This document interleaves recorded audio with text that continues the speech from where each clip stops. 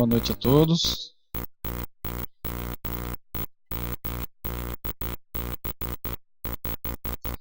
Hoje nós vamos de 0 a 100 em 2 segundos, ou melhor dizendo, nós vamos do átomo à humanidade, né? Em apenas 1 hora, 1h10, dependendo, 1h15. Então se segurem, eu vou pedir para vocês ao final, às vezes não fazerem perguntas se não tiverem, mas acrescentar, né, Norris? Tom, Violeta, todos que tiverem perguntas também, por favor, viu?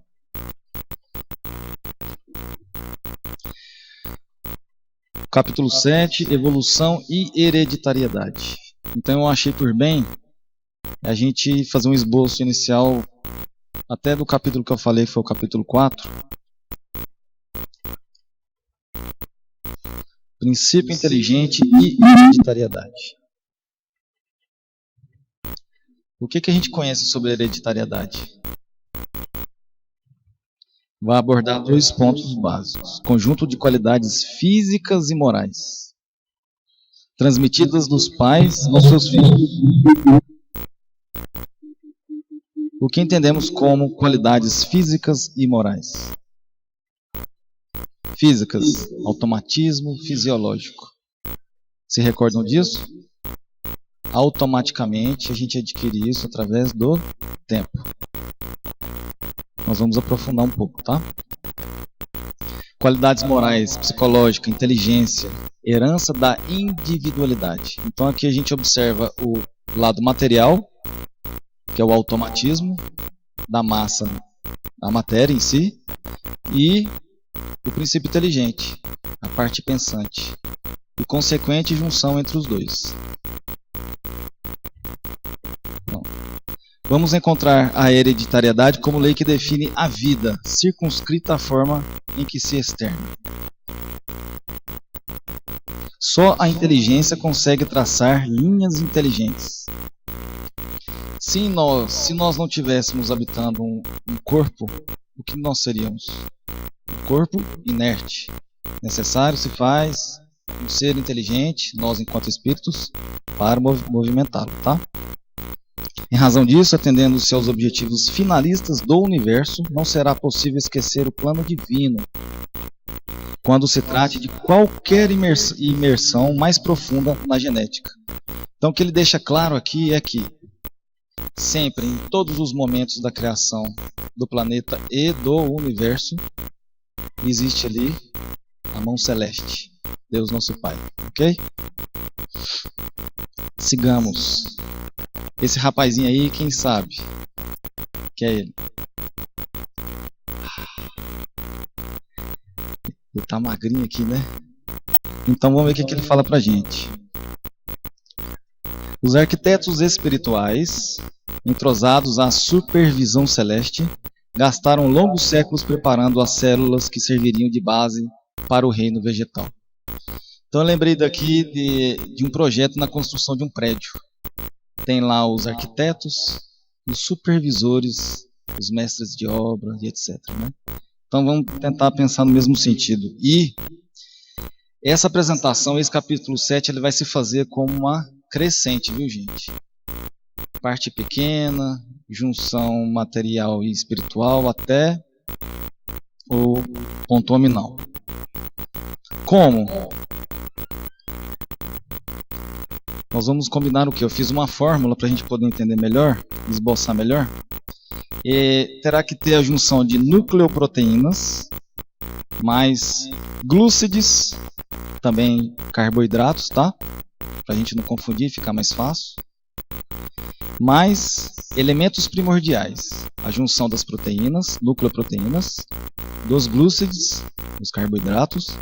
E esses elementos primordiais são o quê? Ambiente, temperatura, frio, tá?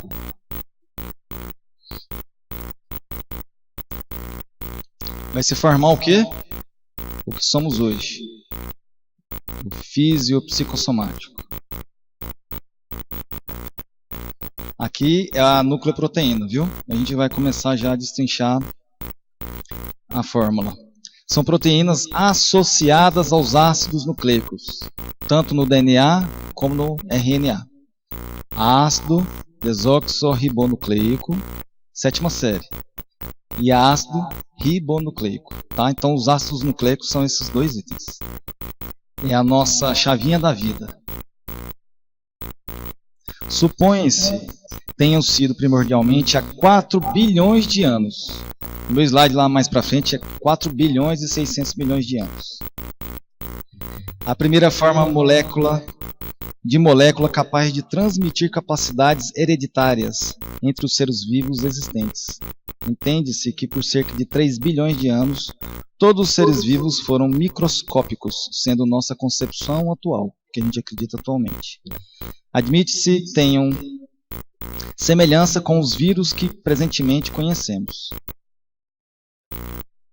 Então aqui eu trouxe a imagem de uma célula.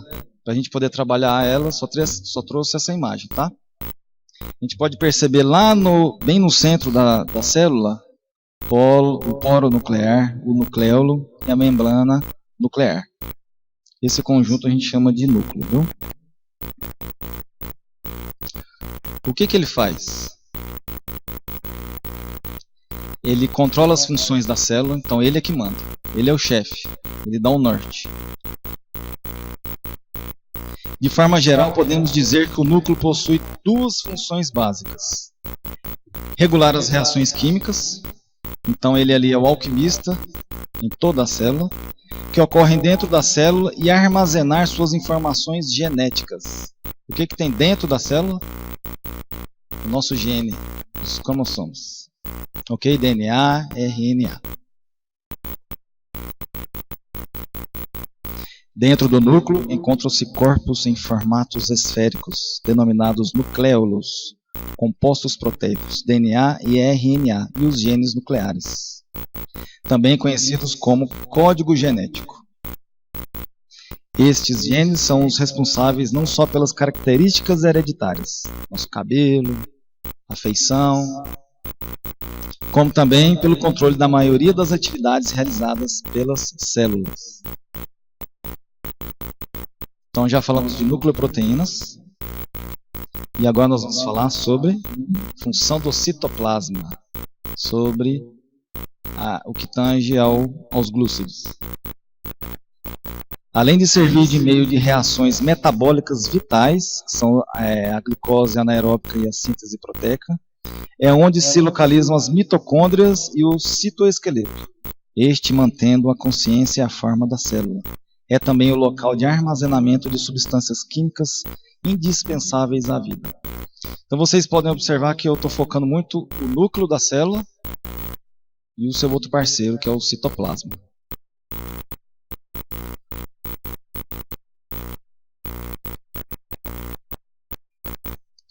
Com semelhante realização, o núcleo e o citoplasma, o princípio inteligente começa a desenvolver-se do ponto de vista fisiopsicossomático. Se eu não me engano, podem me corrigir, viu, Mauro e Cíntia? Dá início ao pensamento, ao raciocínio contínuo, mais ou menos. Vou me recordar, não vou atravessar aqui o slide, não.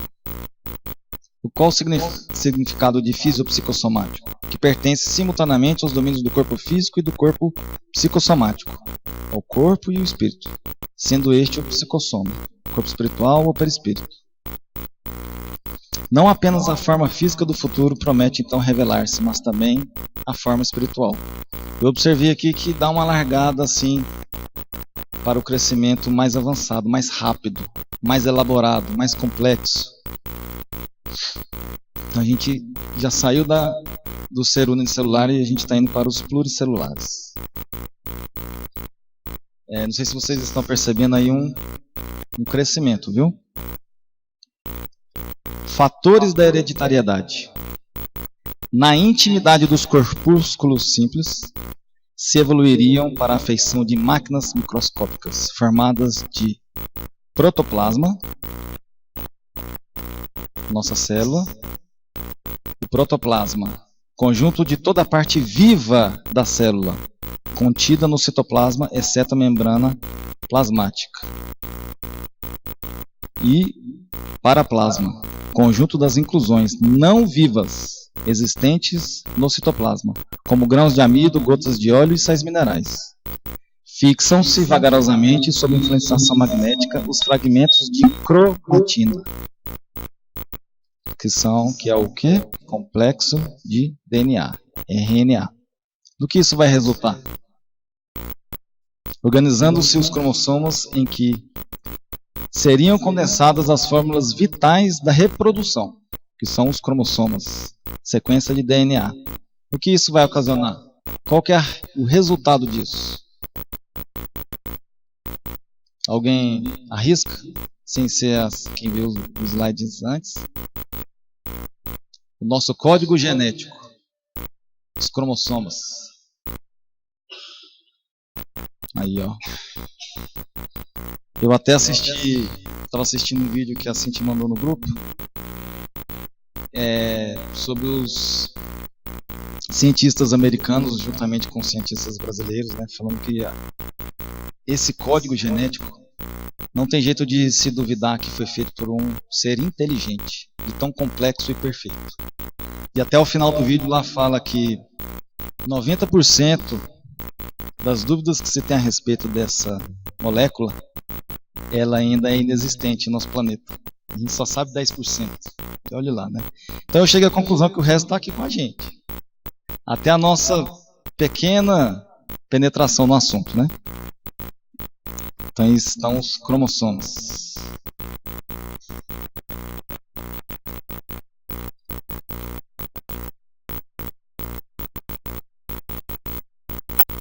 Vou fazer uma citação aqui do livro A Caminho da Luz, psicografado por Chico Xavier, no capítulo 1. Intitulado O Verbo na Criação Terrestre, a Gênese Planetária. O Espírito Emmanuel fala da formação do protoplasma nos primeiros passos do caminho da vida organizada no planeta. A ciência do mundo não lhe viu as mãos augustas e sábias na intimidade das energias que vitalizam o organismo do grupo. Substituíram-lhe a providência com a palavra natureza em todos os seus estudos e análises da existência. Mas o seu amor foi o verbo da criação do princípio, como é e será a coroa gloriosa dos seres terrestres na imortalidade sem fim. Então, afirmando e reforçando que a mão divina esteve ali ajudando, né?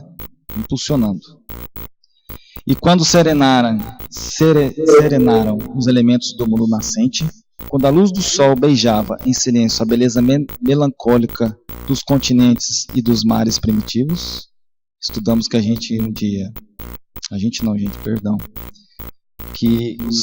a vida aqui na Terra também se alimentou do sol. Jesus reuniu nas alturas dos intérpretes divinos do seu pensamento.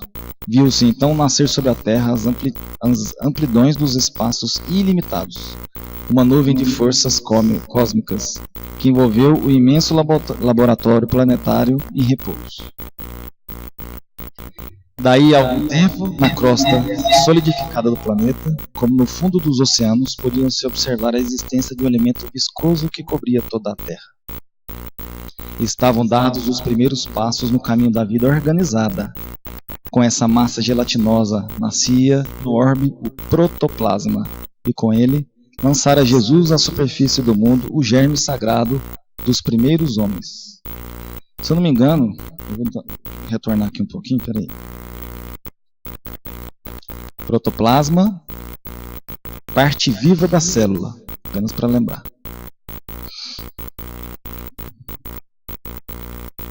Processos múltiplos de divisão passam a ser experimentados. Qual o primeiro passo? Divisão direta ou amitose. O que significa a mitose? Divisão celular simples e direta por fragmentação. O núcleo da célula, graças a um estrangulamento cada vez mais profundo, acaba por se dividir em duas partes frequentemente desiguais. É o fenômeno próprio das células envelhecidas, mas normal em protozoários como a ameba. Então o núcleo ele se divide em dois, mantendo o mesmo recipiente. Ok? É uma forma, podemos dizer, com a forma primária da divisão. Divisão indireta. Divisão direta, perdão. A segunda, divisão indireta ou mitose. A mitose é o processo de divisão celular pelo qual uma célula eucarionte, nós vamos ver mais à frente isso num gráfico sobre a evolução das espécies e tudo, né, os níveis, são células mais elaboradas. Origina em sequência ordenada de etapas duas células filhas cromossômicas e geneticamente idênticas. Então ela forma, a partir de uma, ela forma outra irmã gêmea. Então uma célula, ela forma outra. Duas, ok? Esse processo dura, em geral, 52 a 80 minutos e é dividido em 4 fases: prófase, metáfase, anáfase e telófase.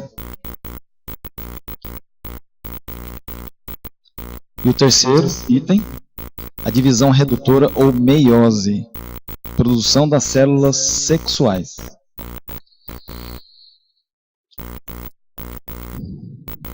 Durante o processo de mitose, os cromossomos recebem toda a atenção dos construtores espirituais, que os dirigem do equador para os polos da célula, assegurando, de forma perfeita, as leis da hereditariedade e da afinidade que deverão ser exercidas mais tarde, durante a meiose, quando são produzidas as células sexuais.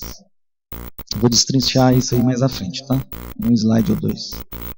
No direcionamento dos cromossomas para os polos celulares, os construtores divinos, pelo impulso mental de natureza eletromagnética, reservam atenção especial para a disposição correta dos cromatídeos que contêm os genes, em número e valores apropriados a cada espécie. Tudo isso ocorre de forma matematicamente controlada dentro de cada espécie. Então o esquema que a gente falou agora, fala da interfase, prófase, metáfase. Isso aqui é o processo da mitose, tá?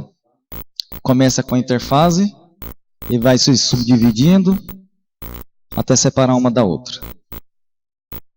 As células filhas, chamada mitose. Arquivo dos reflexos condicionados.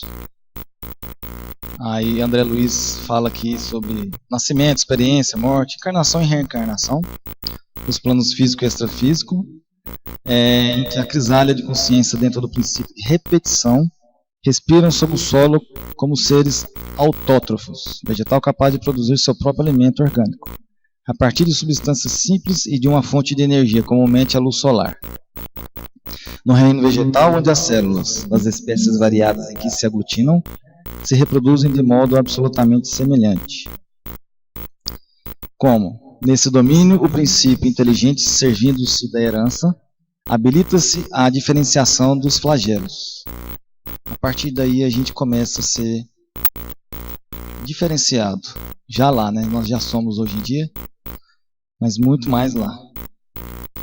Ascendendo progressivamente à diferenciação maior da escala animal, onde o corpo espiritual, a feição de protoforma humana, ou seja, primeira forma, já oferece moldes mais complexos diante das reações do sistema nervoso, eleito para a sede dos instintos superiores, com a faculdade de arquivar reflexos condicionados.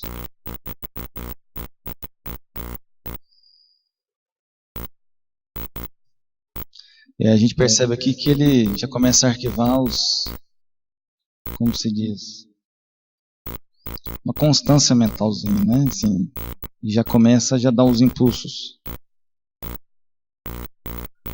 Gabriel Delane afirma no livro Evolução Anímica: temos visto como o movimento perispiritual explica de modo simples a passagem do consciente ao inconsciente e como se registram automaticamente no perispírito todos os estados da alma, sob o reflexo condicionado. As condições de percepção prendem-se a duas causas, que são a intensidade e a duração da sensação, variáveis segundo o estado vibratório do invólucro. Sensação, o que a gente lembra? Do reino vegetal, certo? Instinto no reino animal. Nos primórdios da vida, o invólucro da alma é grosseiro, mesclado nos fluidos mais próximos da matéria, com movimentos tardos, por assim dizer, incipientes. O trabalho da alma consiste na depuração desse invólucro, em desembaraçá-lo das suas gangas fluídicas, isto é, em dar-lhe um movimento cada vez mais radiante. Construção do destino, dimensão temporal. Eu quis trazer aqui, tentar exemplificar aí as nossas eras, ao invés só de ter palavras, né? Então, se a gente for olhar lá embaixo da escala, 4 bilhões e 600 milhões de anos. Adeano. Nós passamos dos primeiros eucariontes para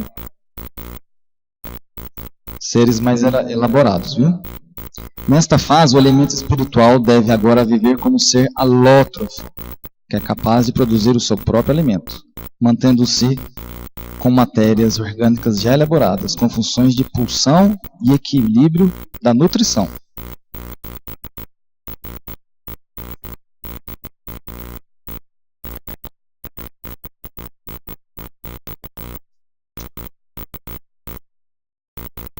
Após essa fase, se vocês olharem abaixo, tem lá o coral e os primeiros eucariontes, a gente passa para mais ou menos 438 milhões de anos atrás. É uma transição dos protozoários unicelulares para os metazoários pluricelulares.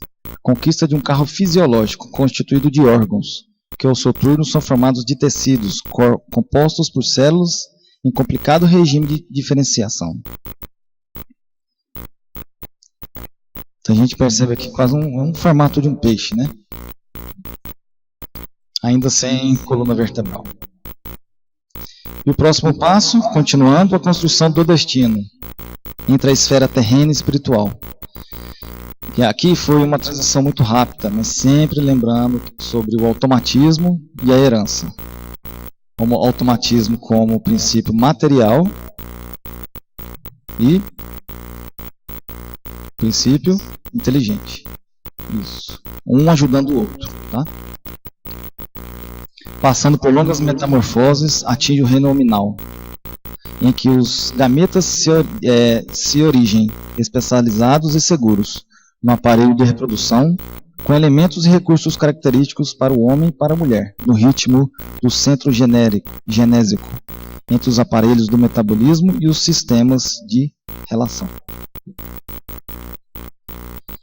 E no reino humano, como será constituído o nosso destino? Nessa fase aqui, às vezes, a gente já estudou um pouco mais, né? Ação e reação, lei de causa e efeito. Através da repetição da lei de hereditariedade.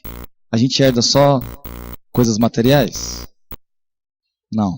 A gente fala mais agora, neste momento, sobre heranças da individualidade em si. Como? No ato da fecundação, que a gente conhece comumente agora, né? Reúne-se os pronúcleos masculino e feminino, mesclando as unidades cromossômicas, a fim de que o organismo se desenvolva obedecendo à repetição da lei de hereditariedade. Nesse estágio, o espírito entrega o comando da própria vontade e determina os mais complexos fenômenos endomitóticos, multiplicação dos cromossomos, edificando as bases de seu próprio destino.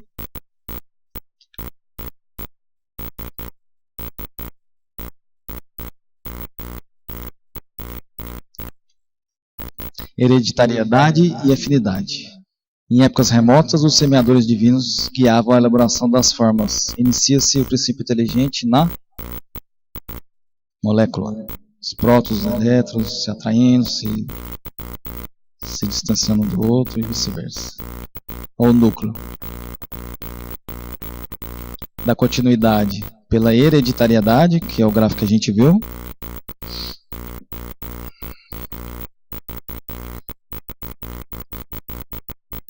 E à medida que se aumenta o conhecimento entre idas e vindas na forma física e espiritual, eleva-se o nível cultural e moral. E passa a responsabilizar-se por si mesmo. É o que quando a gente estuda a fase da sensação, do instinto e a fase hominal, a gente tem o grande tesouro que é a própria responsabilidade. É a responsabilidade dos nossos atos. E até então, nós somos promovidos como humanidade.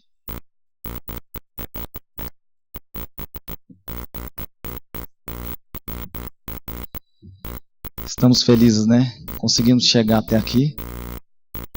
A partir desse momento, hereditariedade e afinidade no plano físico e extrafísico são utilizadas como inteligência contínua juntamente com o livre-arbítrio e a consciência. A gente passa então a conviver em família. Estava até conversando com o São Antônio aqui na porta hoje sobre família. Estava resolvendo uma questão importante em família. E somos gratos eternamente por nós, pelas nossas conquistas através da hereditariedade e principalmente pelo plano celestial. Por conseguirmos chegar até hoje aqui. Que em família a gente se acerta, a gente briga, a gente conversa, a gente pede desculpas, vira pai e mãe e bota o ser a nossa tutela em primeiro lugar, aprende com ele. Infinitamente a gente aprende, né? Então, do ser humano a gente já vai para o meio familiar. Todas essas fases, pessoal, a gente já viu, né? Já viu lá o macaquinho crescendo, chegando a ser humano, homem sapiens. Geometria transcendente. Geometria é a ciência que estuda o espaço limitado. Né? Então ele faz aqui uma comparação, mais para frente também. E transcendente, ir além, mais alto.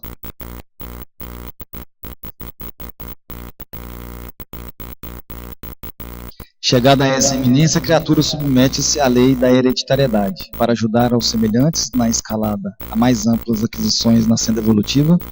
Recolhe, assim, concurso precioso dos organizadores do progresso, na mitose, a multiplicação do ovo, que lhe facultará novo corpo no mundo, de vez que toda permuta de cromossomos está presidida invariavelmente por agentes magnéticos ordinários ou extraordinários, conforme o tipo de existência que se faz ou refaz, com as chaves da hereditariedade atendendo a seus fins.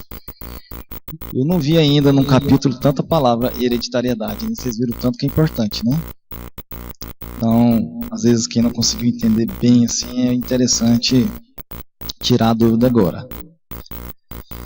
No livro dos Espíritos, questão 361, ele pergunta: qual a origem das qualidades morais, boas ou más, do homem? São as do espírito nele encarnado. A gente estuda o princípio inteligente. Quanto mais puro é esse espírito, tanto mais propenso ao bem é o homem. Então, transcender, ele quis dizer isso. A depuração das nossas vicissitudes. Na questão 367, unindo-se ao corpo, o espírito se identifica com a matéria? A matéria é apenas o envoltório do espírito, como o vestuário o é do corpo.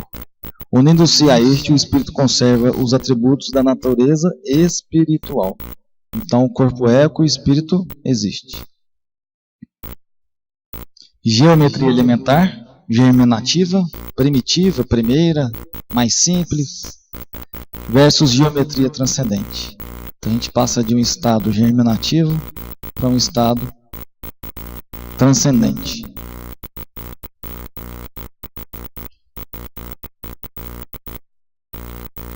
Geometria versus hereditariedade.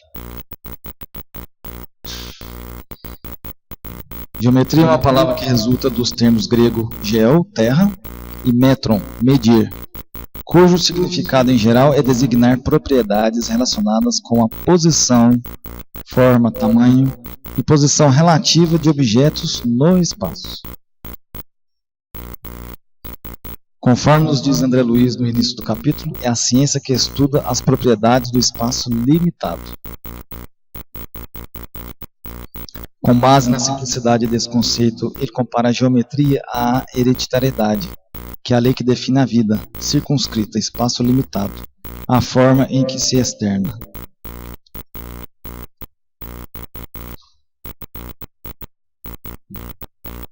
Nós somos limitados? Sim. Começamos na molécula, na célula, a cada época em suas limitações, mas sempre empurrando para a evolução.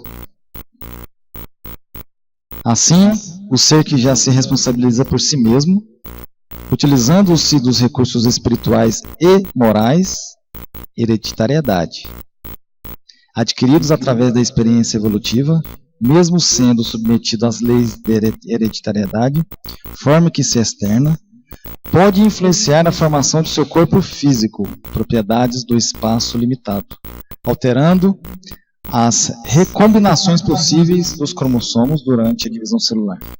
Esta influência exercida pelo espírito é limitada segundo o merecimento de que disponha e estabelecida pela programação necessária ao reencarnante. Então, irmãos nossos nascem sem um dedo, ou cego de um olho, etc. Então, é a mesma coisa que ele quis dizer aqui. É uma pessoa que eu conheço, ela fala assim, ela tem câncer, ela fecha o olho e fala assim, estou pensando na minha célula, indo lá no meu problema e tentando reajustá-la. Ele está criando ali um formato, né? Nisto consiste a geometria transcendente.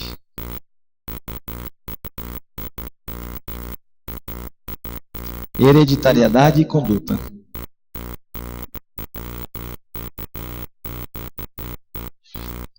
Portanto, o corpo herda naturalmente do corpo, segundo a disposição da mente que se ajusta a outras mentes nos circuitos da afinidade, cabendo, pois, ao homem responsável reconhecer que a hereditariedade relativa, mas compulsória, lhe talhará o corpo físico de que necessita em determinada encarnação, não lhe sendo possível alterar o plano de serviço que mereceu ou de que foi incumbido. Hoje eu vejo mais claramente, né? Nós nunca tivemos, como que eu posso dizer para não ficar errado, a opção de não vir aqui e de ir lá, né? A gente sabe que a verdadeira vida é lá. Mas em tempos para cá, já não se torna compulsório algumas encarnações. E a gente percebe aqui que relativa, mas compulsória. Mas pode, pela própria conduta feliz ou infeliz, acentuar ou esbater, atenuar, graduar a coloração dos programas que lhe indicam a rota através das unidades de força psicossomática que atuam no citoplasma, projetando sobre as células e, consequentemente, sobre o corpo, os estados da mente, que lhe estará enobrecendo ou agravando a própria situação, de acordo com sua escolha do bem ou do mal. Então a gente pode perceber aqui o nosso estado mental desde muito recente, início da formação do planeta e os seres vivos aqui. E o que eu quero explanar para vocês resumidamente é a conversa que se tem entre o núcleo, citoplasma e a providência divina. Esse emaranhado de situações magnéticas e de atitudes pensantes, mais de lá logicamente, mas impulsionando-nos para a evolução, para transcender. Não nos enganemos que a gente esteja em um estado assim tão, como que eu posso dizer, não podemos nos abster, nos melhorar mais e mais. Compreendendo que nós moramos num planeta bem atrasado ainda. Então, pessoal, eu quis trazer aqui para vocês sucintamente, foi um pouco mais rápido, né? Aqui é a bibliografia para vocês. Se alguém quiser fazer alguma pergunta. Muito bem, alguém quer fazer alguma pergunta? Eu gostaria de fazer uma colocação aqui, muito interessante, a respeito do que o Rogério falou. Não sei se vocês se lembram da apresentação do Minelli, que foi há 2 semanas atrás. Ele falava sobre células e corpo espiritual. A propósito, o vídeo da apresentação dele foi colocado no blog hoje. Eu estou pedindo perdão aqui a vocês, que eu estou meio atrasada, mas são algumas ocupações outras que me tomaram algum tempo. Então ele já está lá, e o da Violeta já vai estar amanhã. Tá? Mas voltando aqui ao nosso assunto, ele fala no momento lá, e o Dr. Francisco faz uma colocação tão interessante, respondendo uma pergunta que a Violeta fez, sobre a comunicação que existe entre as células. Né? As células se comunicam, elas falam entre si, uma, né, para regular os processos do nosso corpo, do nosso metabolismo, da hereditariedade. Nós temos um perispírito que nos acompanha na vida encarnada, na vida desencarnada. Esse perispírito, nós vimos nas apresentações anteriores, também é formado de células. Né? Essas células conversam entre si e trazem consigo essa hereditariedade que ele está falando aqui, que vem desde muito antes de nós termos a inteligência que nós temos hoje, a racionalidade, que vem regulando esses processos todos de evolução que o Rogério colocou aqui para a gente, 4 bilhões e 600 milhões de anos em 45 minutos. Mas foi um tempo que todo esse processo levou para acontecer, em que essas células muito rústicas, muito rudimentares, esses elementos foram se comunicando, e transmitindo umas às outras essas mensagens, esses registros, para que nós pudéssemos ir plasmando os nossos organismos de acordo com a condição evolutiva que nós temos. Voltando aos livros de André Luiz, quem nunca leu aqui Missionários da Luz? A reencarnação de Segismundo.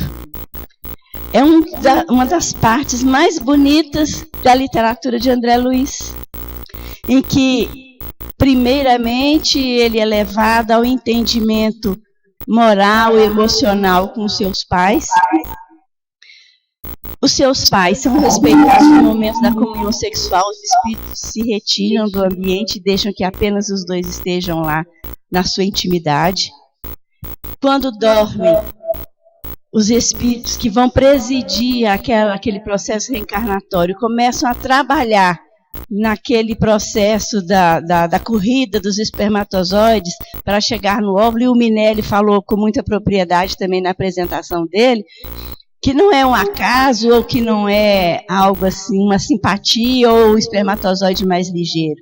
É uma atração eletromagnética que existe ali, comandada pelos arquitetos da espiritualidade que presidem a nossa reencarnação, para que exatamente aquele espermatozoide que contém as características hereditárias necessárias para o nosso organismo encontre, por assimilação eletromagnética, por identidade, né, por afinidade, como diz aqui o Rogério, que se faça aquele encontro e que se produza aquele corpo. Logo mais se desdobram também os quadros espirituais, eles saem do corpo, recebem o corpinho do Segismundo, que foi preparado aquele perispírito já foi diminuído necessariamente para entrar no processo de esquecimento, no turbilhão da reencarnação. Então a gente vê que esses processos eles não se desassociam. E o que mais me encantou naquele filme que eu coloquei ali é ver como o pensamento humano, não é que a ciência seja inimiga da espiritualidade ou da religião, ela nunca foi,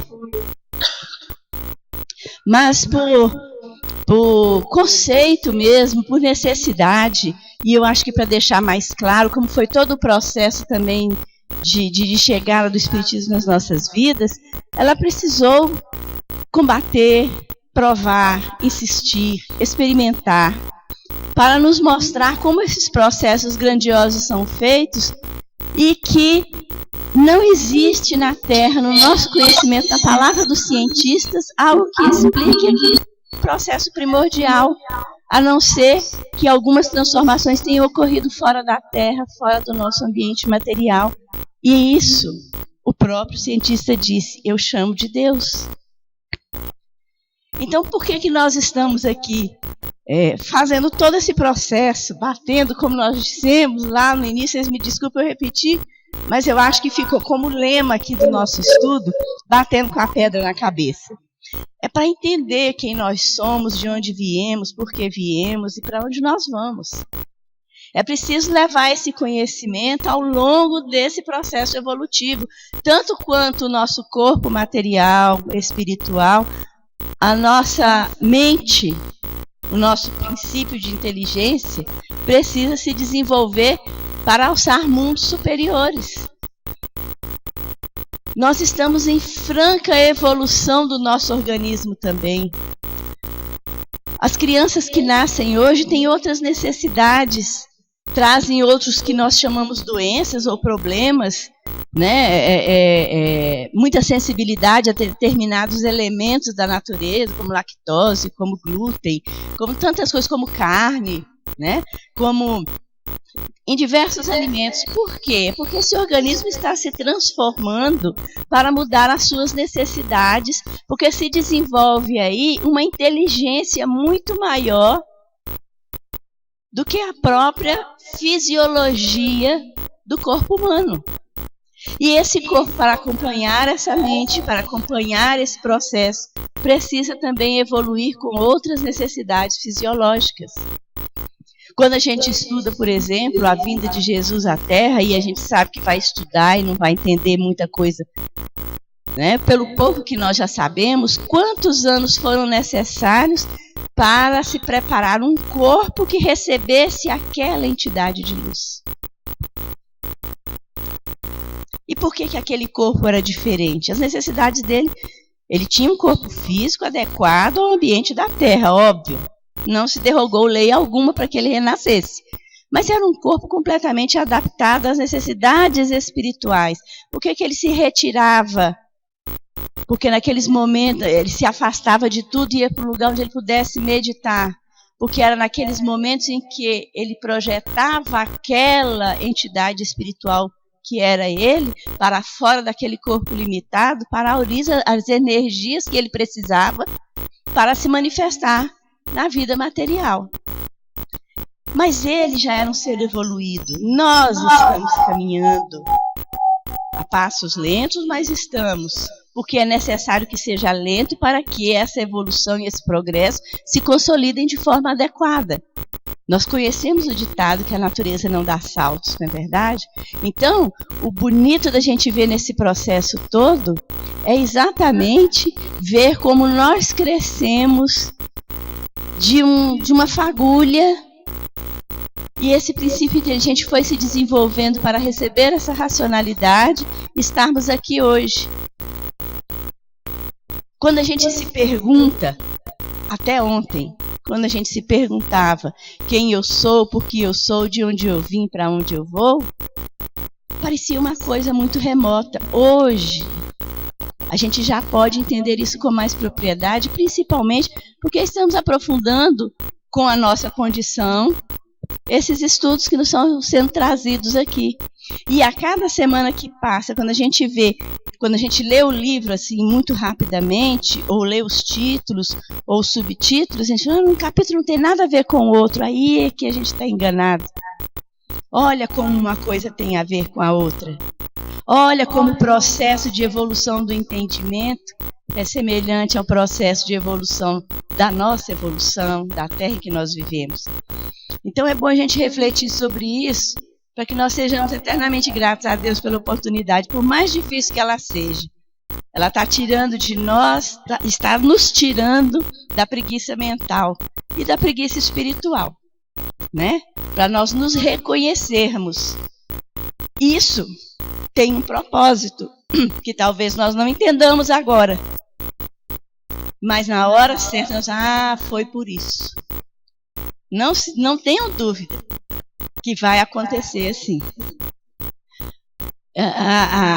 Só fazendo aqui uma digressão, a Norris estudou uma matéria dentro da botânica, né? É botânica, não é? É mais ou menos. E trabalhou nessa área, não foi? Eu estudei uma matéria que eu era encantada por ela, mas nunca trabalhei na área. E hoje eu entendo por que eu precisava estudar essa matéria. Eu não entenderia uma vírgula disso daqui se eu não tivesse entendido essa matéria. E eu não entendo tanto quanto a Noris entende. Então, nós estamos tendo a oportunidade também de trocar conhecimento com os nossos colegas que estão aqui. Quer um processo de evolução melhor do que esse? Nós estudamos no ano passado o livro Memórias de um Suicida. Já nas partes finais, quando o Mário quer reencarnar, quando o Jerônimo já havia voltado, que o Mário quer reencarnar, que a gente vê Teócrito explicando os processos que vão acontecer e por que ele traz aquela carga genética que faz parte dessa hereditariedade que nós vimos aqui hoje. Porque o processo de culpa dentro dele era muito grande.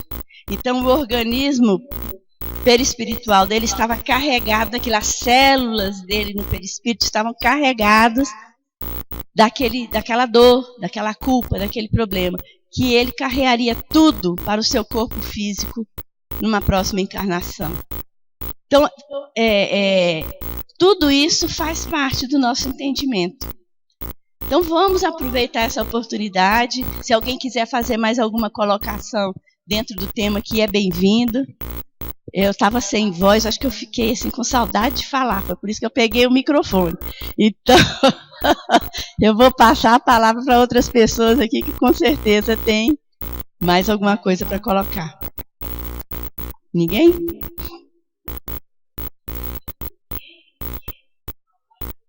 Então pode ver. Minha companheira de fala. Sempre eu queria primeiro dar os parabéns para o Rogério, porque eu acho tão bonito, Rogério, ver uma pessoa jovem, assim que nem você, voltada para a espiritualidade, voltada para Deus. Eu acho isso muito bacana. E o teu esforço de estudar tudo isso, tua área completamente outra. E eu acho isso muito legal. Eu gosto demais disso, sabe? Eu gosto de ver o esforço de cada um, é tão bom, né?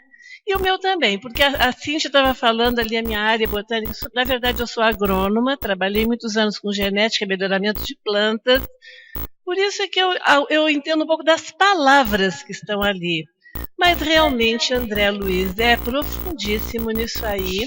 E eu tenho certeza que André Luiz deixou para nós algumas coisas ali que não são para agora. Nós ainda vamos estar lendo e estudando, eu acho, esse livro em outras encarnações.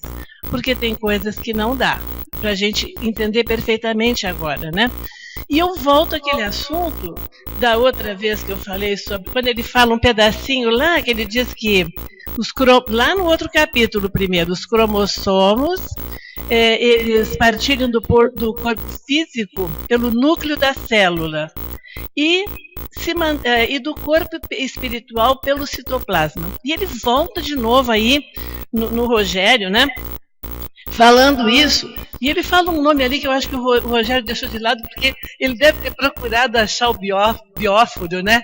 E não conseguiu achar o tal bióforo. Quem lê mas eu fico louca com esse bióforo e fiquei procurando este bióforo. Porque realmente a gente não acha isso. Olha, eu procurei tanto até que eu achei. Achei uma pessoa que no passado este homem foi contemporâneo quase de Charles Darwin e ele foi louco pela teoria da evolução. Ele ficou deslumbrado. Mas nem ele e nem Darwin conheciam a genética. A genética estava acontecendo longe dali, lá pelo Mendel, né?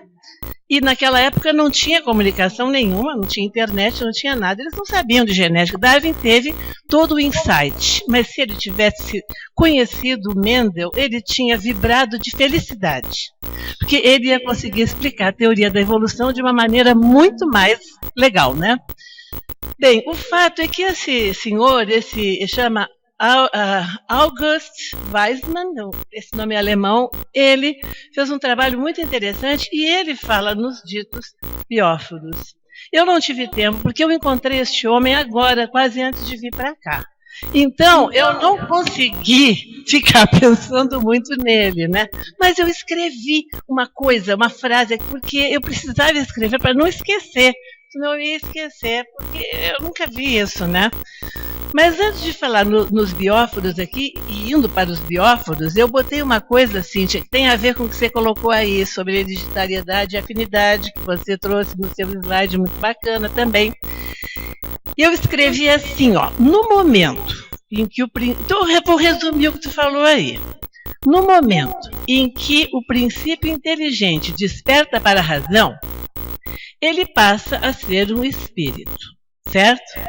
E começa a fazer escolhas. E a partir dessas escolhas, ele começa a se afinizar espiritualmente com outros espíritos do mesmo grau que ele, que pensam como ele. Ao mesmo tempo, concomitantemente com essa afinidade, ele vai se instalando nos seres espirituais, vamos determinando o quê? Nossas características hereditárias, que comandarão o corpo físico para que o ser que encarna possa expressar suas potencialidades e necessidades. Então, em outras palavras, combinando hereditariedade, que é do plano físico, puramente físico, a hereditariedade, com afinidade, que é do plano extrafísico, a alma vai evoluindo. A alma, em decorrência de suas escolhas próprias, e vai aprendendo, agora palavras de André Luiz no livro, pelas questões de causa e efeito, eu aqui botei, a reger-se pelo bem que lhe assegura um maior sentimento de felicidade. Eu misturei André Luiz e eu aí, porque eu queria dizer isso, que à medida que a gente vai então se afinizando, a gente vai evoluindo, não é? A gente vai aprendendo a se reger pelo bem. E vamos então interferindo na hereditariedade. Nós vamos nos tornando corpos físicos melhores. Nós já não precisamos às vezes sofrer tanto.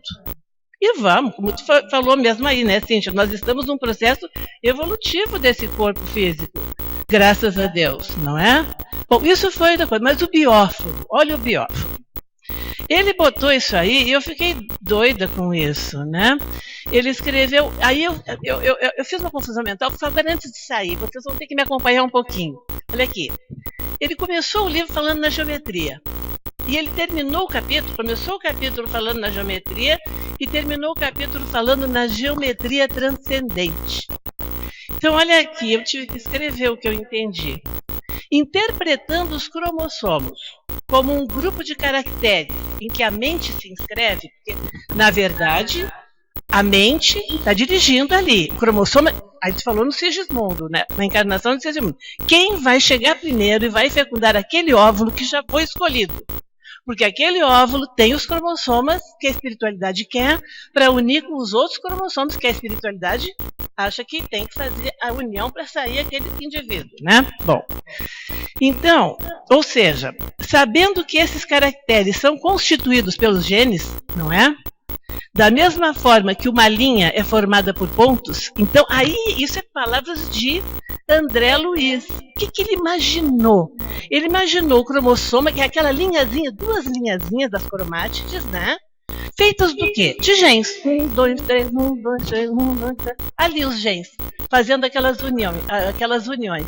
Ele imaginou isso, uma linha feita de pontos. Aí ele viu a geometria. Só que na geometria plana, tu só vê a reta, os quadrados, não é? Mesmo na geometria tridimensional, tu vê o objeto, né? As linhas. Aqui tem uma união dessa geometria, dessa linha que está ali, feita de genes, com o quê? Com a mente que está comandando aquilo ali. Aí entra o bióforo.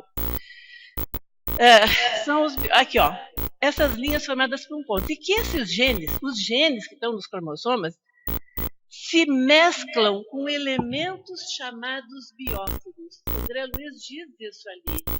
Mesclam-se os genes com os elementos chamados bióforos, sendo estes últimos os grânulos de tinta que colorem os genes. Está escrito ali. Mas nós vamos ter que refletir sobre isso muito tempo, para poder entender exatamente o que é isso.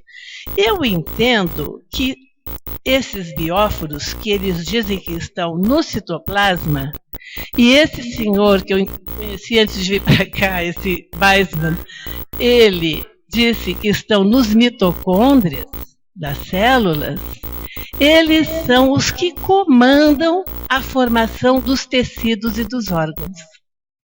Então, está ali no gene.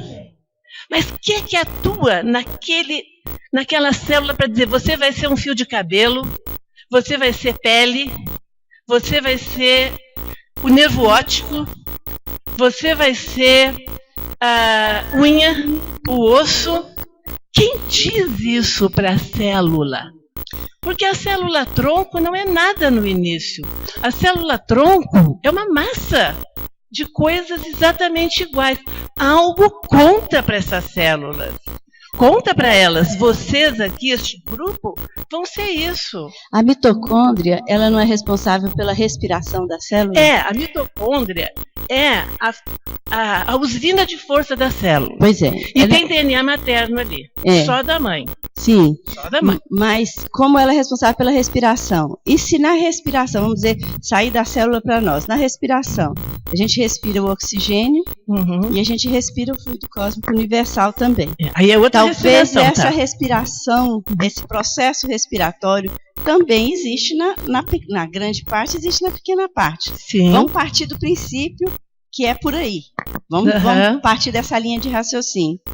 Que a mitocôndria, ao respirar, ela respira algo, ela respira fluido cósmico universal.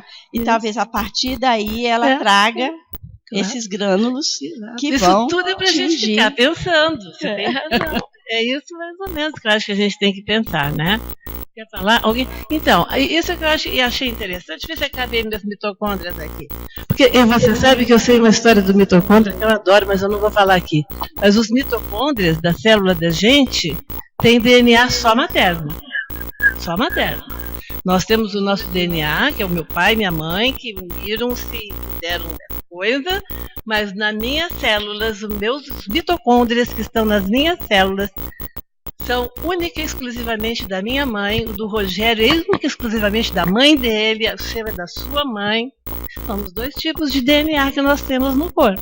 Querendo ou não, aquele corpo é a fábrica, é a forma onde vai se formar aquele outro corpo, né?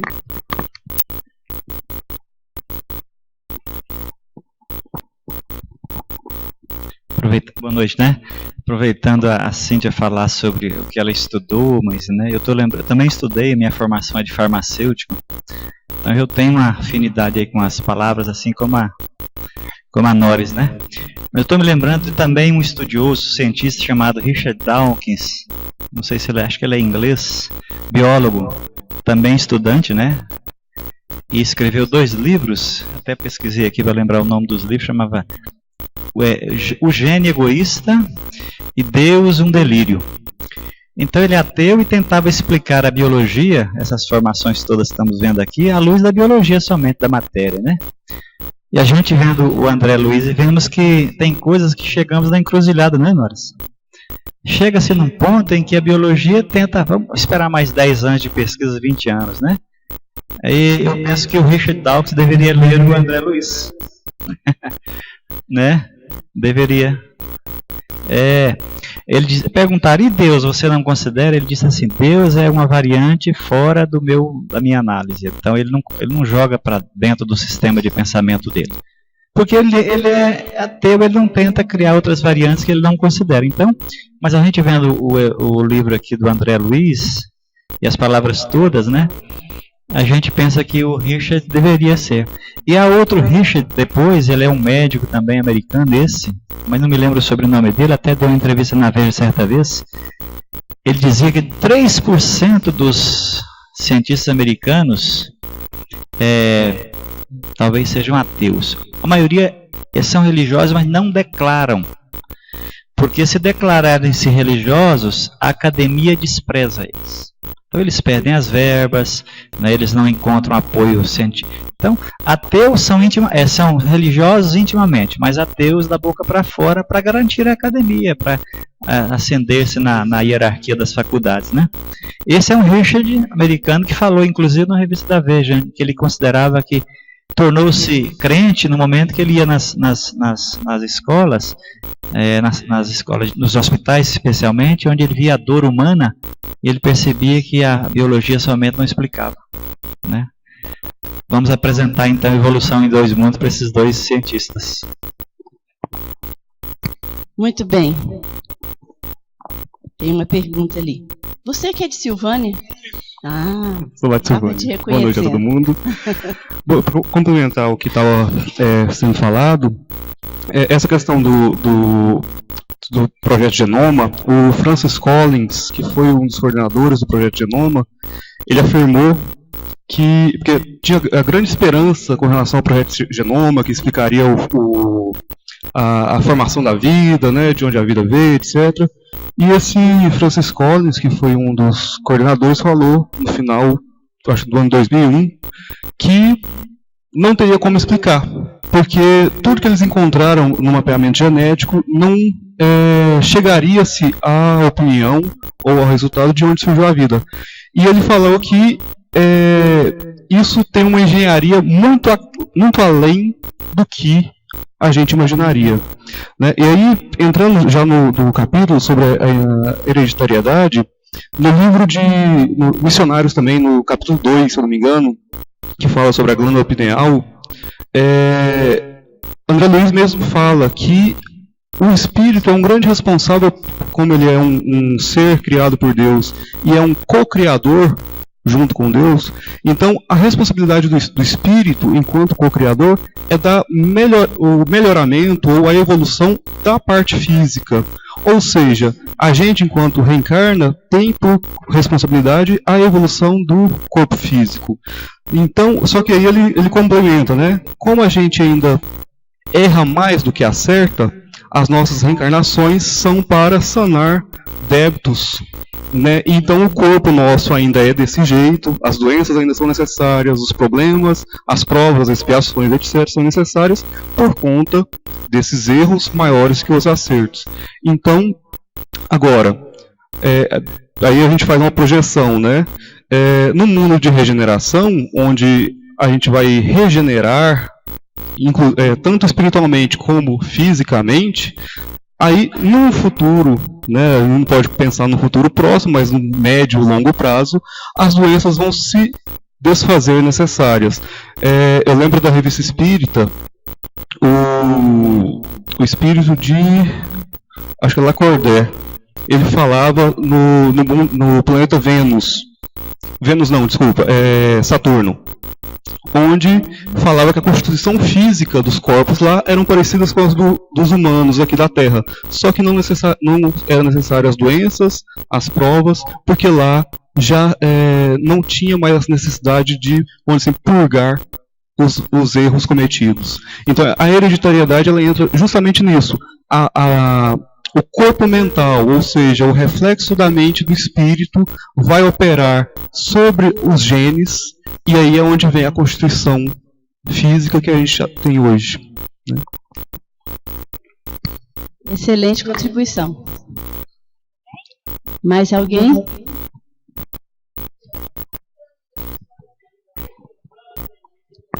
Então espera o microfone aí.